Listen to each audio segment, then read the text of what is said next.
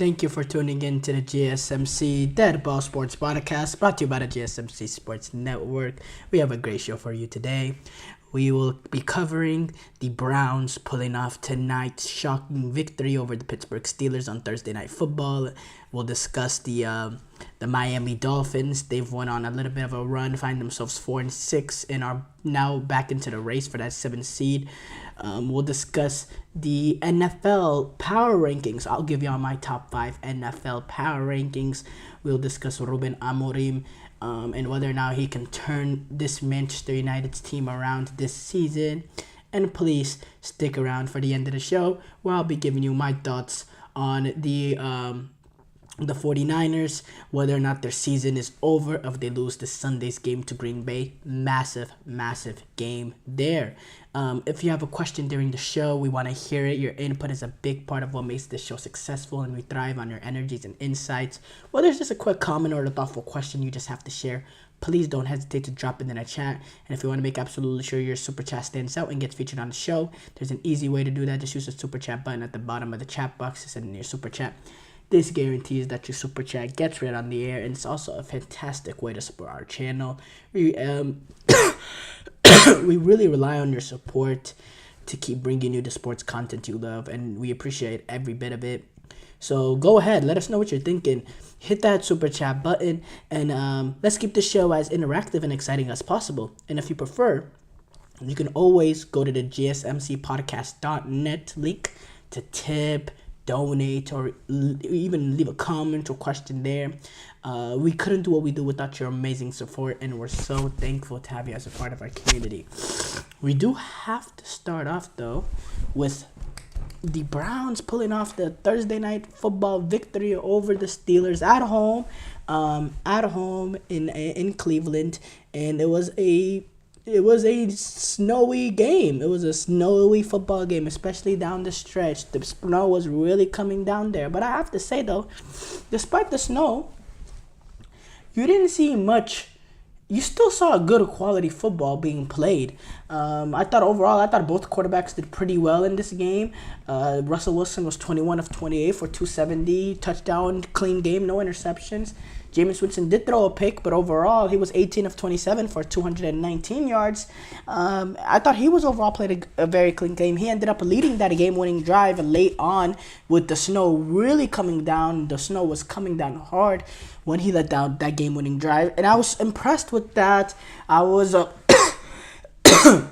I didn't know entering this game that it was going to be a snowing game. I didn't really know. I didn't check the forecast, and it was I didn't think. And even earlier on in the game, if you compare how much white there is in the early part of the game to what it ended off, it was two different stories. It was really snowing later in that game. I thought I thought it was an interesting aspect. Number one, it's November 20. That's the first big takeaway I have.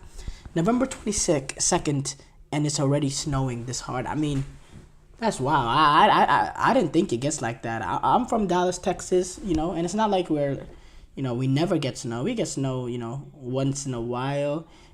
We get snow once in a while here and there, but the fact that it was full on snowing in November, I was surprised by that. I didn't think that was possible. And it wasn't just a flurry or this. Down the stretch, this was snow. This was proper snow. The field was covered in white. You could tell with the way how the players were running, how their cleats were, getting traction off the snow, that the snow was definitely a presence there later in the game. But overall, I thought both teams played some good football. There is always that, saying, with division games, the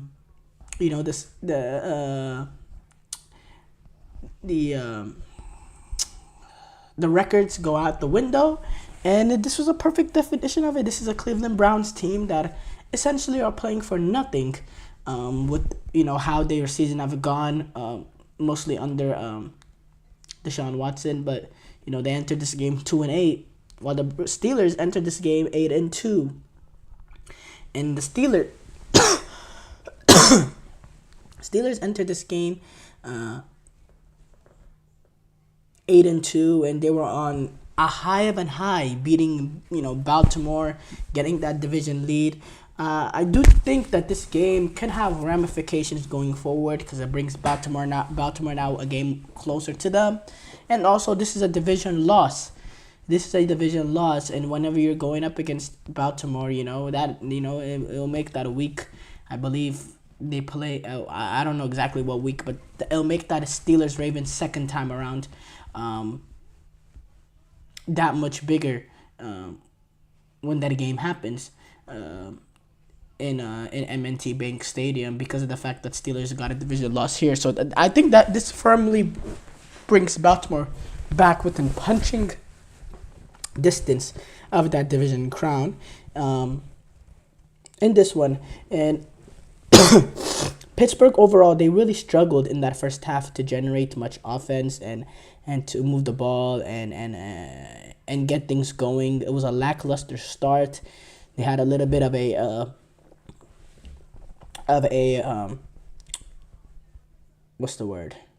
A push into the right direction in that fourth quarter. They got that they got the big touchdown.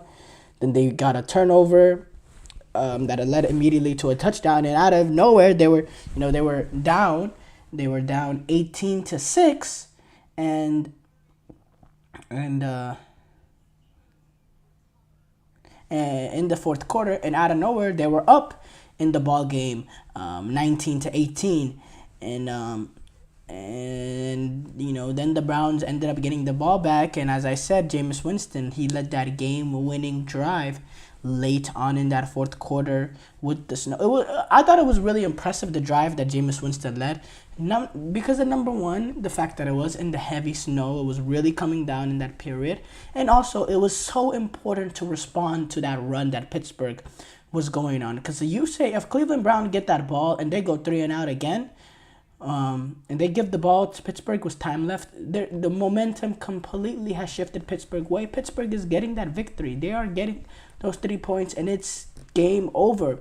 But the fact that Jameis Winston was able to get the ball, and not only they were able to get a few first downs here and there, they were able to get it down into the end zone, get a touchdown. There was that situation, that 3rd and 7 situation where it was 4th and 2. Mike Tomlin and the crew decided to accept it and give them an extra down. 3rd and 7 ended up being a completion to Jerry Jeudy. I believe Jeudy also caught a clutch ball on 4th down earlier in that drive to keep the drive alive. And then Nick Chubb is able to cap it home with about 25-30 seconds left, and it's over. Pittsburgh are not going to be able to drive the length of the field. And I thought Pittsburgh, they played some good defense. I thought overall, it wasn't a horrible game from them from the circumstances, right? Especially in the second half, they were able to get a little bit more offense going. You saw a lot more Justin Fields.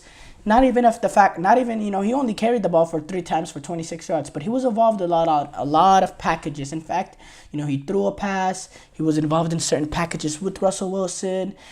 He got 3 carries for 26 yards, and allowed Pittsburgh to have a little bit of a diversity, being able to attack this Cleveland Browns defense with the snow, and again, it just wasn't enough. It just wasn't enough. The big turning point, I thought the momentum has done, and it was completely shifted, especially in these sort of situations where Steelers are the better team, just based on this season being 8-2.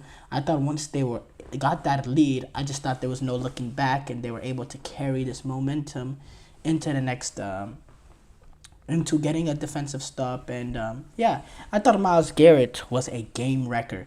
What a menace he is. It's a shame that we're not going to see him play at we're not going to see him play at the highest level of football this season because of how poor the Browns have been. But this is a guy that deserves to be in the top conversations amongst top defensive players. He really is a special player, and it's impossible to block him. And especially with these offensive linemen playing in the snow, the slippy conditions.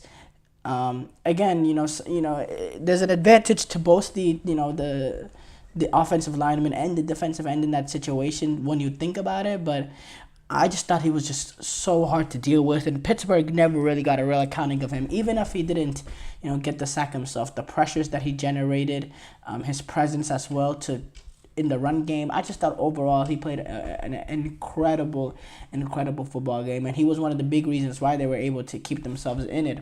I talked about Jerry Jeudy. He made some clutch catches. He averaged 14.2 yards per reception, 6 receptions, 85 yards. Great. He was great. For Cleveland in terms of relative circumstance. I thought the Cleveland Browns defense, especially in those first 3 quarters, looked like some of that Browns defense we saw of last year. A defense that was just hard to move the ball against.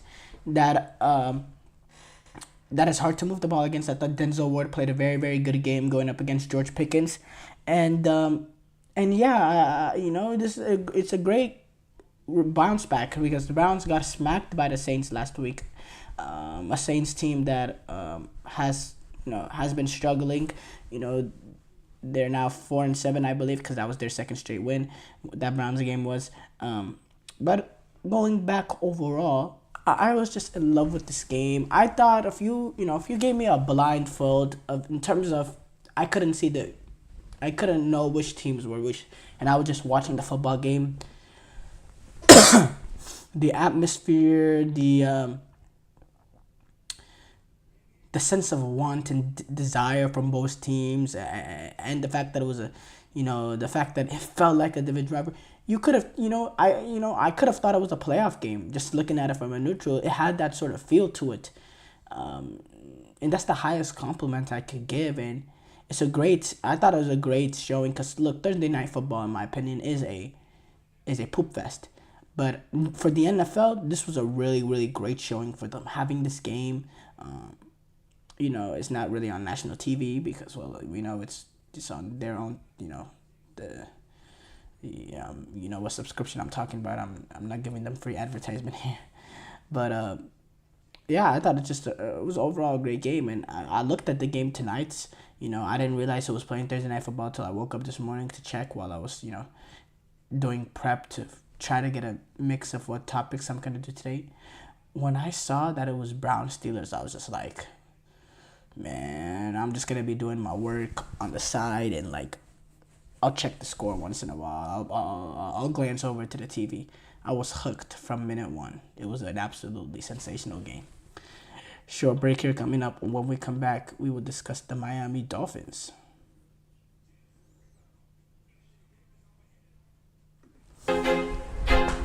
I feel like I'm losing my mind. Is everybody in the world blind? Please, Lord, give me a sign, a sign. I feel like I'm losing my mind. Is everybody in the world blind? Please, Lord, give me a sign, a sign. I wanna be the greatest. Everybody on the fake shit. I look around and feel like everybody is the fakest. I make this every day and I'm impatient, hoping one day I blow up from the basement. Statement, the top is so vacant. I don't hear shit that I think is amazing. Waiting for my day when I'm playing sold out shows for 1,000 faces. Hey, give me that crown, get in my way and to be put down. It ain't your place, all this my town. If I want that shit, then I'll get it right now. I'm losing it, the noose it fits, I'm losing shit. A stupid myth, you choose to live or choose to dip. You choose to fight or lose your grip and lose a gift. I feel like I'm losing my mind. Is everybody in the world blind? Please, Lord, give me a sign, a sign. I feel like I'm losing my mind. Is everybody in the world blind?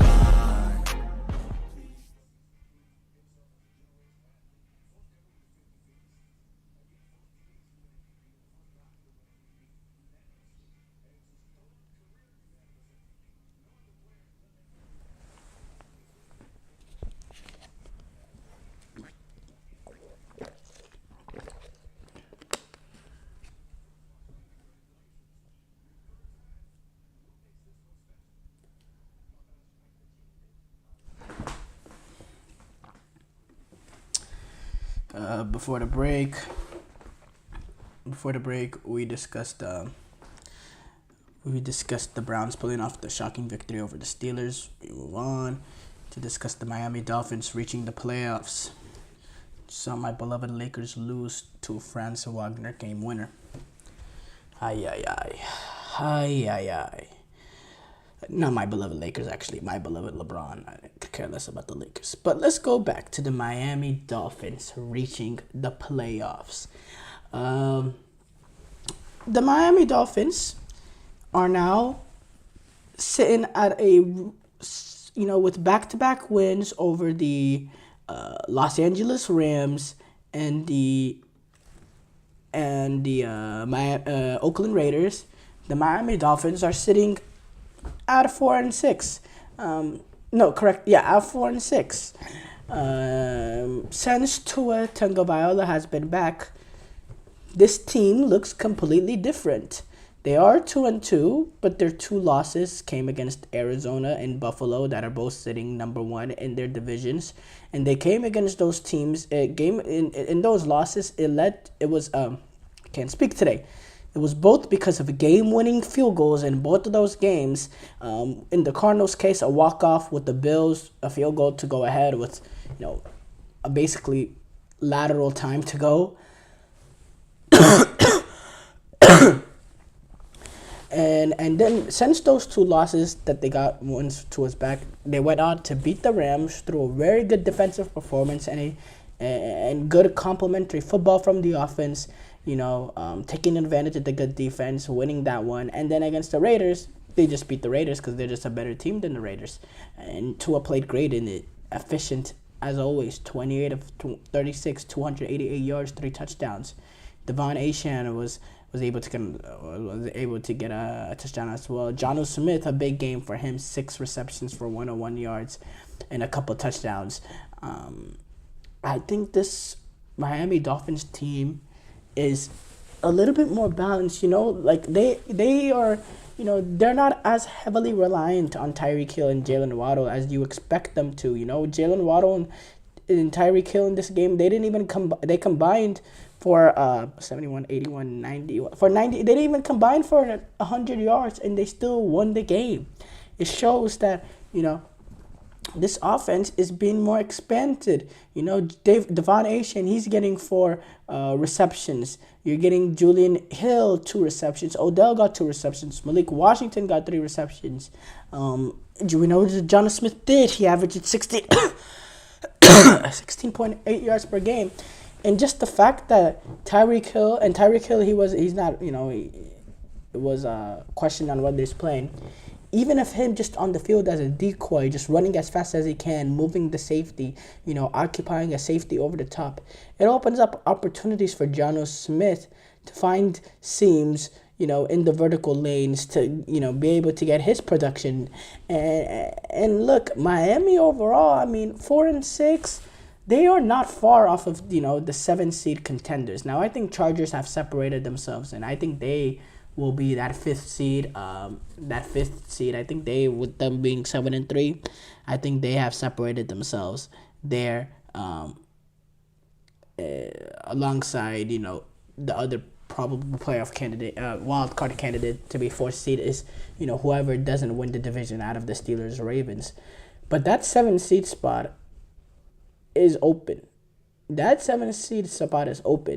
And right now is accustomed by the Denver Broncos, who are 6-5 after their dominating win over Atlanta, which by the way is a very interesting team to cover. The Atlanta Falcons. I couldn't imagine trying to cover that team. Wow. Or even worse, try to be a supporter of that team. But going back to what I was saying though, this Miami Dolphins team, they're competing with a Broncos team that's 6-5, which is which is only 1.5 game difference, just with the Broncos not having their bye week yet. I believe their bye week is their bye week is actually, I believe their bye week is week in 2 weeks. In 2 weeks, they're gonna play this weekend, and then they're gonna play on Monday against the Browns. Then it's their bye week. No, is it? Yeah, then it's their bye week. But going back to what I was saying, though, Denver Broncos, they're gonna be. Miami, they're gonna be in direct competition with the Denver Broncos for that 7th spot. The Denver Broncos, and probably Indianapolis Colts and Cincinnati Bengals. It's a 4-team race. Now, the Bengals are obviously the team clearly behind with 7 losses already.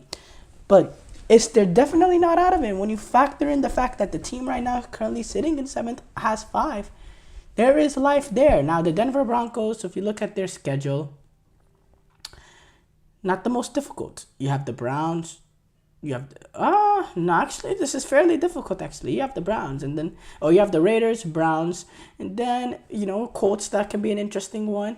That's a team that's in direct competition with Denver for a playoff spot, so tiebreakers can be huge there.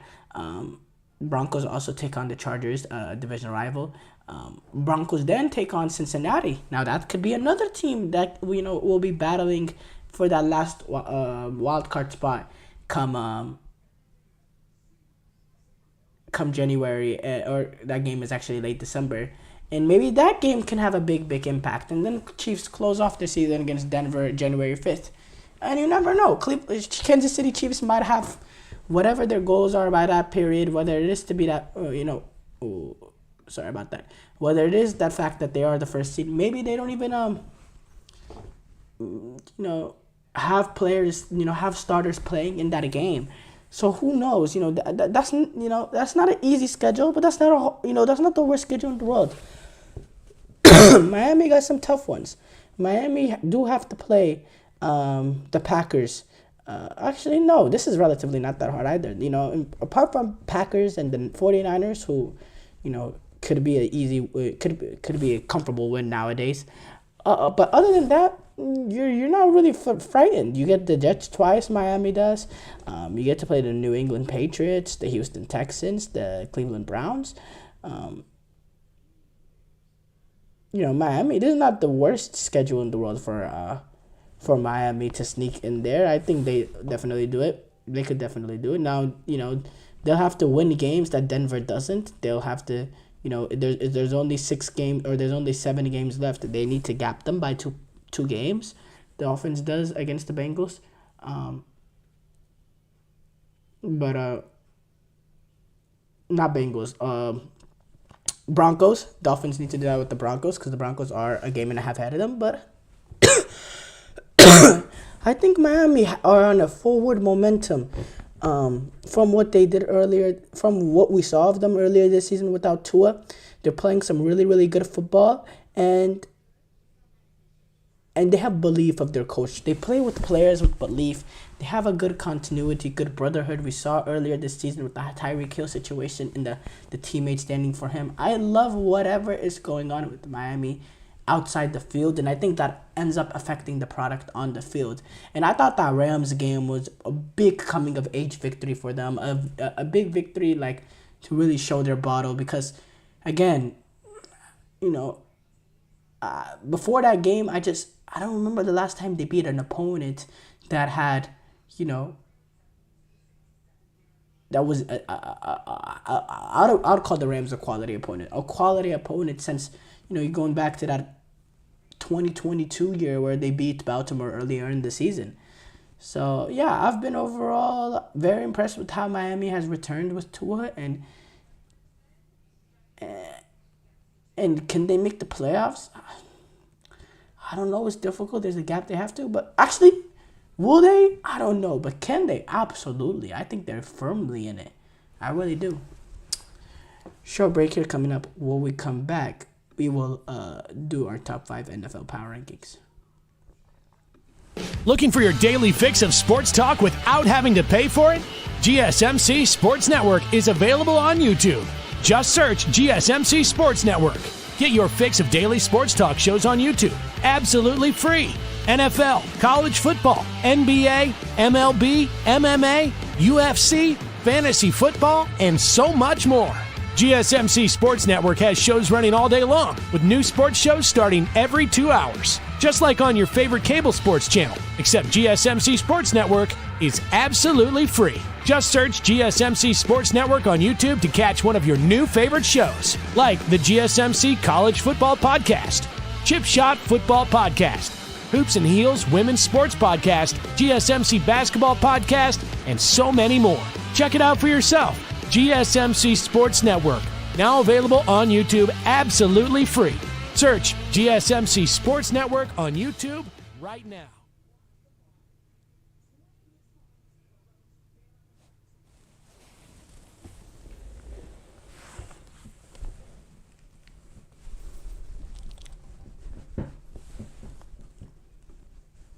Before the break, we discussed the Miami Dolphins and whether or not they can reach the playoffs. We move on to do our top 5 NFL power rankings so far of this season. I say, there's nothing young about the season. I was going to say young season, but we're firmly into that second half of the season. There's only 7 games left to play. 17 game 17 game schedule, and most teams only have 7 games if they've already had their bye. So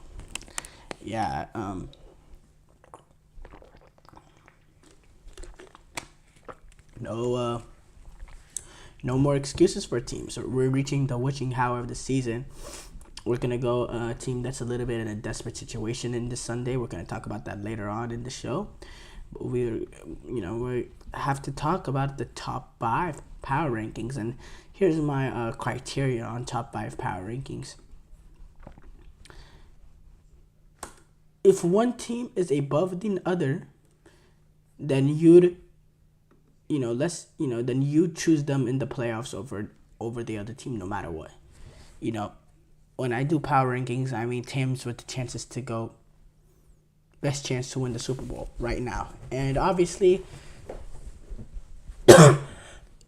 based on current form, has to matter, obviously.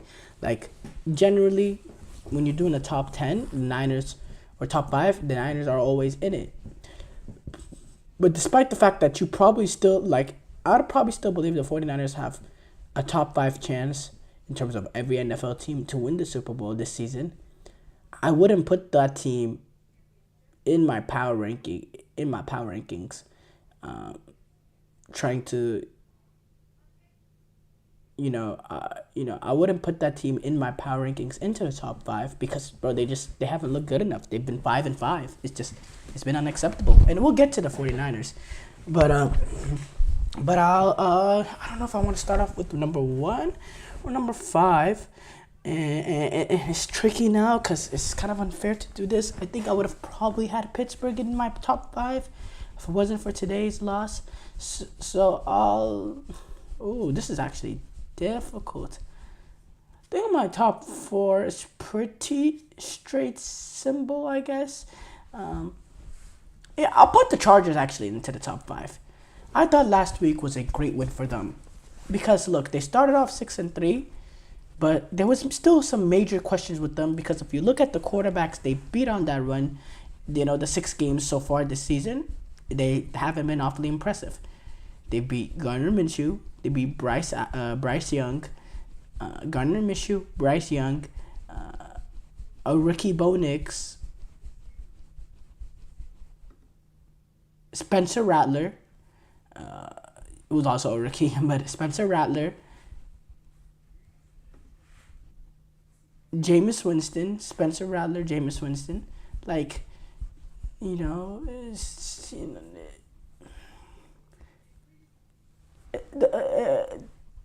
performance levels or the competition has not been there. The other one was Will Levis with the Titans. Their 6 wins before this haven't came and gone great opposition, especially against great quarterbacks. Now they took on the likes of Joe Burrow, in which they couldn't suppress, especially in that second half. He was able to get things going. He was 28 of 50 for 356 yards.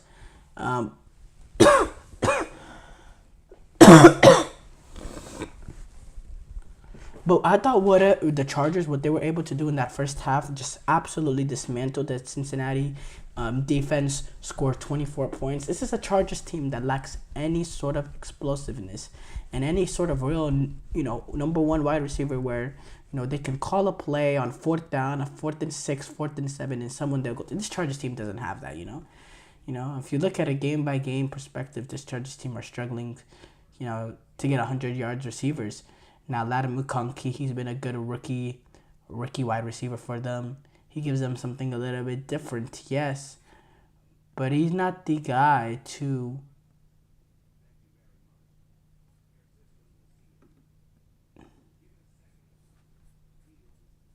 Sorry, I was having some technical difficulties there. But he's not the guy that, can be that number one. And he is a rookie. But despite that, they were able to dominate that Bengals team in that first half. It had me really thinking, wow, are the Bengals really this horrible on defense?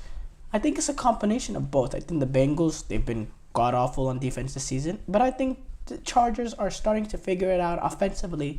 They're starting to get a little bit more offensive plays. They're still heavily relying on the run game, which there's no problem with that. It is John Harbaugh's way of football. I know this. I was a 49er fan then. I'm still a 49er fan now. Actually, I made it seem like I'm not a 49er fan now anymore. But I was also a 49er fan then, and I know the way he wanted to go about it. There was a clear formula on how they were gonna get their wins, and there was clear priorities and how playing good defense and having a good run game and being able to play off that play action and hype up the quarterbacks and make the quarterbacks believe, they're the most important human being in the world. In that moment where he does the little slaps on the shoulder, I've seen it all. Jim Harbaugh, and he's just an absolutely brilliant head coach. And I wish for him success over his brother, because his brother got him the best of him a few times. The one thing does Jim have that John doesn't have is a national championship in college. But John Harbaugh has a Super Bowl. I'm sure he'll take that any day. So. But yeah, I'll put the Chargers number 5. Number 4, I'll put the Buffalo Bills. Look, the Bills won, and they beat the Chiefs, yes. But they've beaten the Chiefs in the regular season before. And for me to get really hyped about this Buffalo Bills team, they need to beat the Chiefs in the postseason. But the fact I have them here lower than what you expected with Buffalo is, I go back to Buffalo Bills' loss, I think you can learn about a team I think you can learn more about a team in a loss than you could do in a win. And I think the Buffalo Bills are a great example of that. They're getting their victories here and there against opposition that's just far less talent. But when the talent margin gets close and they need a real proper plan, they're struggling to get anything going.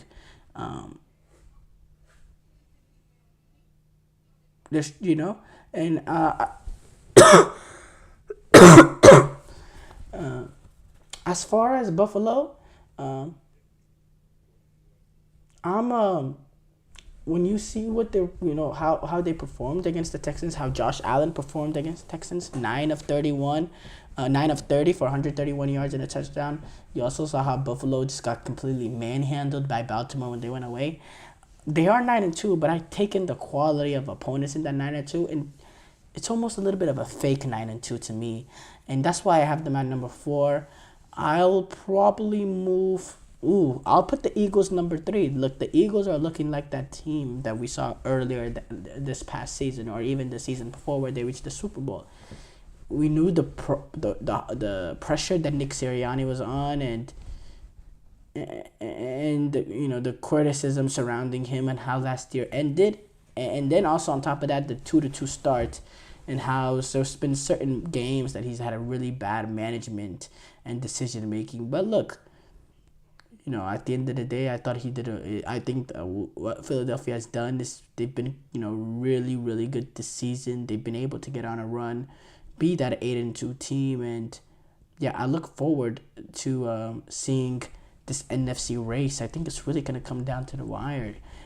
Even when you get into the playoffs, you're going to have the Commanders, the Lions, the Eagles, the we don't know about the Niners, but, there's going to be a lot of good teams, and we're going to have a lot of interesting matchups because I think the quality overall has gotten up in the league, especially of the upper echelon teams. So, yeah, I have them 4. So, I had Buffalo 5, Pittsburgh 4. No, I didn't have Buffalo 5. I had Chargers 5. Chargers 5. I had Buffalo. Where did I add? I'm confused.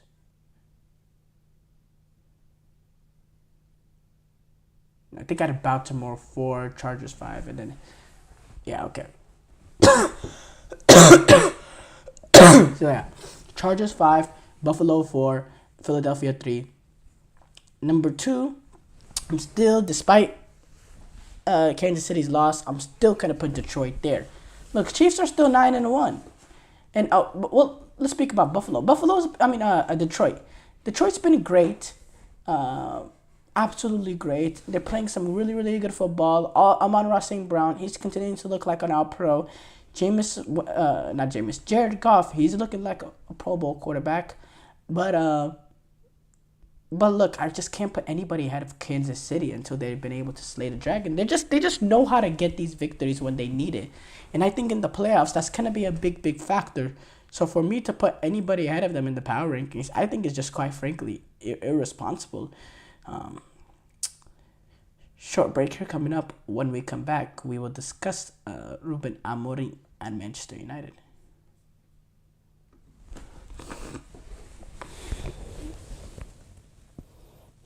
For the best and latest podcasts available anywhere, go to the podcast app on your cell phone and type in GSMC to access free content-rich podcasts on health and wellness, book reviews, sports, entertainment, relationships, social media, movies, technology, finance, and even weird news. Subscribe and download the GSMC Podcast Network's family of shows, available everywhere podcasts are found.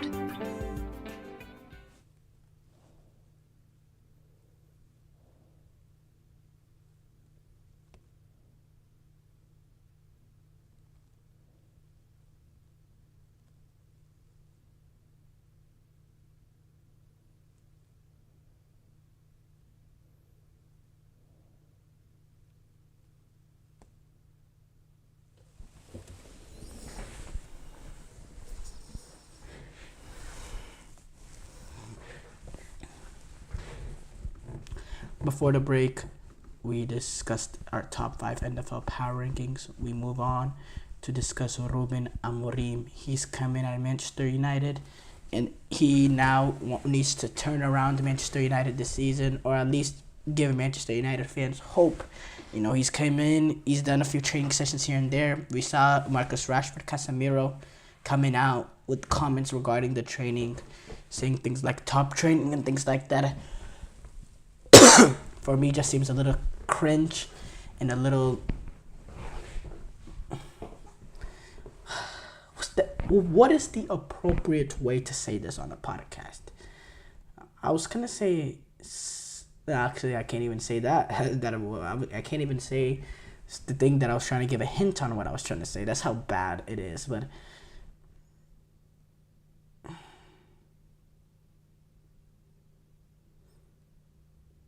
it's a little bit kiss ass.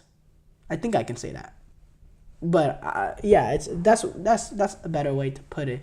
I think people will be able to interpret what I was thinking in my head just based on the context. But yeah, I didn't mess with it. I thought it was cringe and I thought it was a little bit of a shot at Erik ten Hag. Like what was it not top training under Erik ten Hag, Casemiro? And Ruben Amorim, number one, he has a way of playing with that back three, with heavily reliance on widths from fullbacks, and needing his traditional wingers to tuck in a little bit more to be more support in the midfield. He has his ways, Now, does he come in right away and does he implement how he wants to play, the starting 11, the formation, all that? Does he go with it from the beginning, or does he slowly adapt his way in? That's the age-old dilemma for managers coming in, especially managers coming in mid-season. This is a dude coming in mid-November, and he's taking over a United team that's sitting 13th place. Now, I think what's the good thing is that United have came to the decision, or United have been able to hire him soon enough where he could still make an impact on United's race to get Champions League football next season. I still think they're, in realm. It is tight in the Premier League. They're sitting 13th place with 15 points, but the team who is on the verge of the Premier League has only four more points than them. Even despite how horrible United has been this season. So I think Ruben Amorim, he has a chance to turn things around. And number one, he needs to get the best out of players that have, that have been inconsistent or just flat out didn't show up for Erik Ten Hag. I'm talking about Marcus Rashford. I'm talking about Anthony, one of the players that, Ten Hag, he put everything. He wanted him and he got him for a ridiculous fee. It's up for the dedication and the willingness for Anthony to not fail and the motivation to not fail. Should have been able to fire him into doing much more things that he did at Liverpool. That he did at Manchester United under Erik Ten Hag.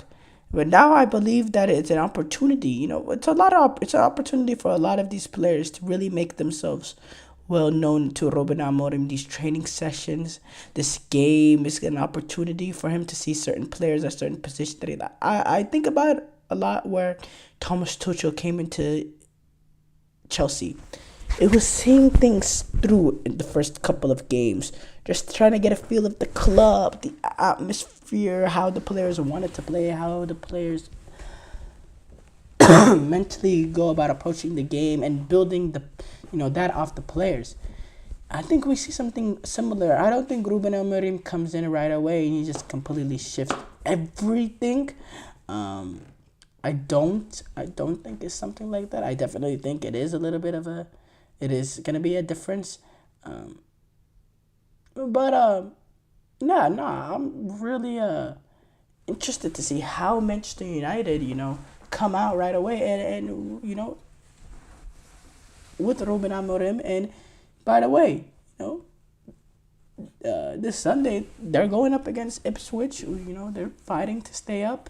Portman Road. It can be a tough, difficult place to be at. This is a Ipswich Town team that's only had one win this season. Yes, but playing this game at home and the desperation to stay out of the bottom three, I think it can pull them off. Ipswich Town, they've been able to pull off stuff here and there. I thought they played City pretty well till the self-implosion that happened.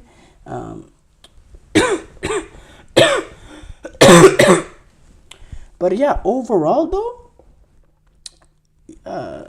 I think United do have an opportunity.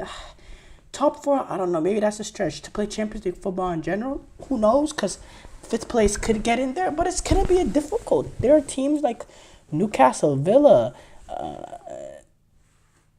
Chelsea, Tottenham. They're all gonna be vying for that exact same position, and only one team is gonna be able to get it. And what I've seen from Manchester United, Sir Alex Ferguson has left. It doesn't give me any evidence, and you're probably asking me, why am I looking so big picture? Well, United's problem has been the same then than it is now. It's been absolutely the same in both situations. So for me, the big thing there is, the big thing with Manchester United is just a culture change. It's a belief change. I think a culture change and some BS and it's the real big thing with Manchester United. Honestly, it all starts from the top, and that's the amazing part, is that it all starts from the top. How a flawed ownership group or flawed group that's running football operations can affect all the way to the quality of the pitch. And even you see it from the quality of the stadium. The stadium rotten, not properly taking care of it. The passion from the fans against these owners group, it affects how the fans even look at the team. It's a trickling effect, and we're seeing it now as well in terms of, look, they brought in Sir Jim Ratcliffe in this new football operations. Can you say the sacking of Ten Hag was not a mess? It was an absolute mess. They're going out in the FA Cup and they're interviewing, or there's reports saying, according to sources, that they're talking to other managers. How's that even possible? How does that even get out? Why does it take you so long to do an investigation to come to the realization that Erik Ten Hag is either good or not good enough to be at Manchester United? Eventually, they came up with that they wanted to keep him and they wanted to go forward, and they even signed him an extension. Just for a few months later into the second season, they sacked him, and they sacked him justifiably. So United, as I said, right now United, if you look at it, they're sitting 13th in the Premier League, and I believe they were 14th when they sacked him. And then in the Europa League, they haven't won a game. They didn't win a game either. I mean, there was no decision to make there, but really, you make that decision in the summer like they should have. You would have had the opportunity to bring in the manager in the summer to have a full preseason and all that. And yes, Manchester United, man. Short break here coming up. When we come back, though, we will discuss the 49ers.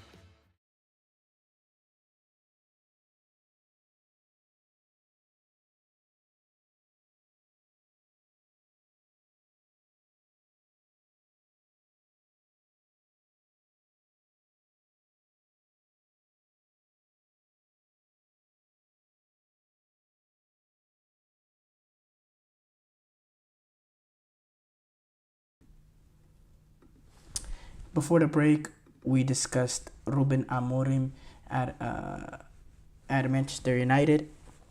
We move on to discuss the 49ers. They play Green Bay on Sunday, and it's as close as do and die. As close as do or die as it gets. The 49ers are now 5-5, and they've struggled this season for their standards, for what they've done. This is a 49ers team since 2019. They've been in every single NFC championship game at least, besides that 1 year that they missed the playoffs because of all the injuries and, the culminations of injuries. And that was the year after they, lost the Super Bowl. And it seems like we might be getting a repeat of something similar to that. Obviously, this is not as bad so far as that. That season, it was just terrible. I mean, they completely fell apart. I don't think it's that this season. We still have a lot of our players, and the injury crisis is nowhere near as bad. And we're playing much better in the games than we played that year. Obviously, we're having. In the 3 losses, the 49ers have had 90% win probability in their 3 division losses to the Cardinals, Seattle, and the Rams. And they've lost all those games. And again, that's That's the difference between being an 8-2 ball club and being a 5-5 ball club, with the playoffs now suddenly being on, an outside looking in situation for the 49ers.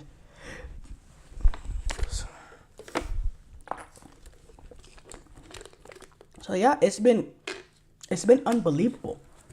It's been unbelievable. I cannot believe it's a 5-5 team, but overall, the offense, just doesn't look as creative as Kyle Shanahan's offenses in the past.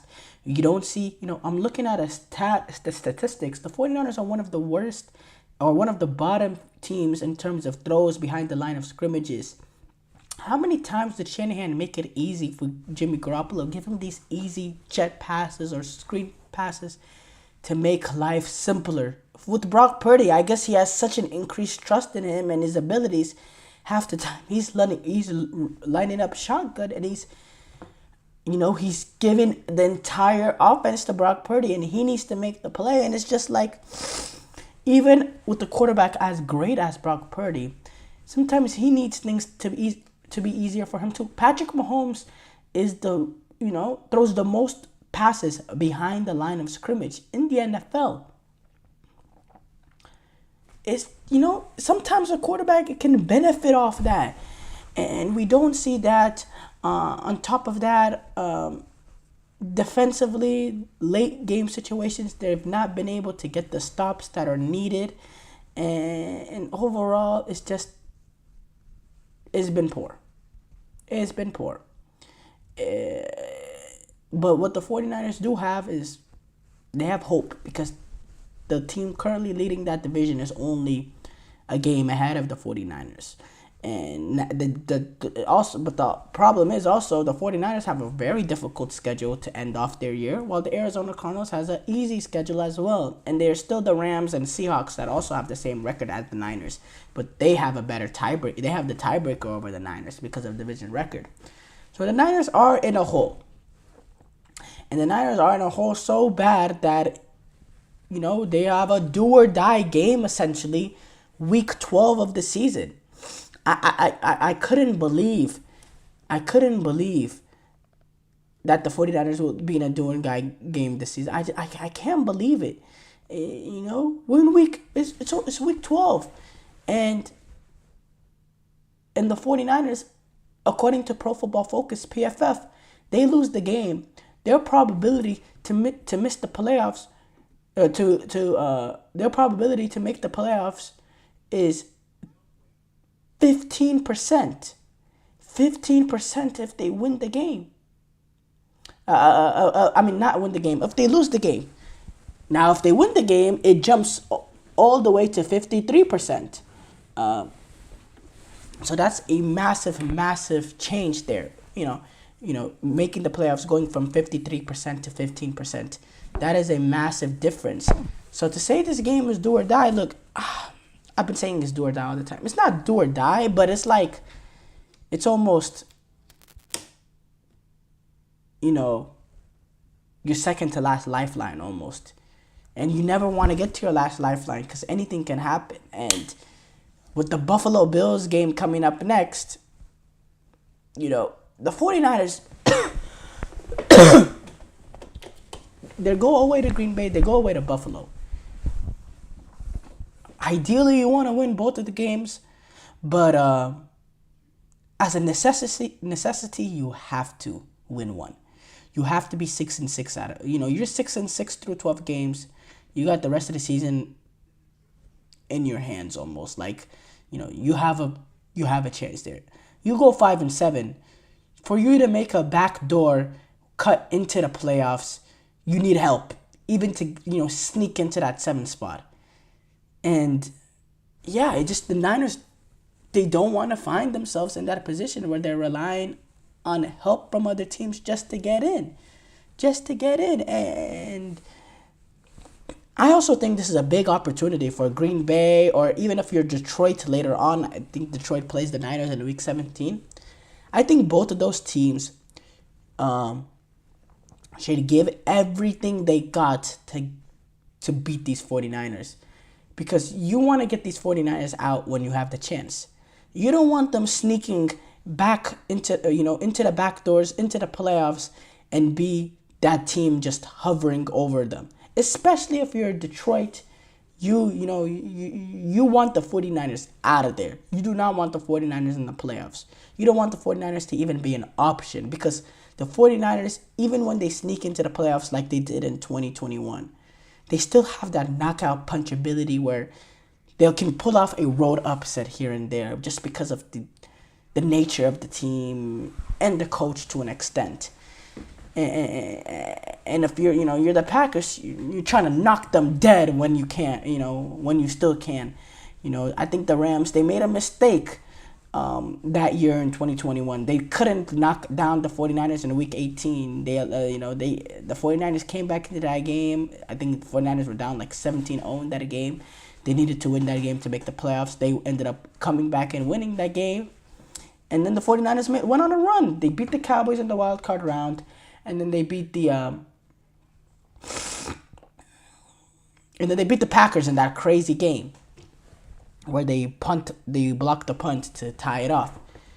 Now the 49ers have an amazing and then the 49ers took out the Rams, and the Rams, they were able to get their get back. And I still believe that the Rams made a mistake, because I think it did make it more difficult for the Rams to reach the Super Bowl facing off that 49ers team in that NFC Championship.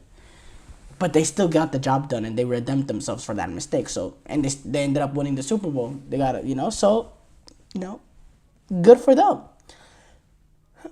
But what I'm trying to say is, Green Bay have a great opportunity to knock out Detroit, because this is an NFC there's already a lot of difficult teams that you're gonna have to go through. There's Philadelphia, there's the Commanders.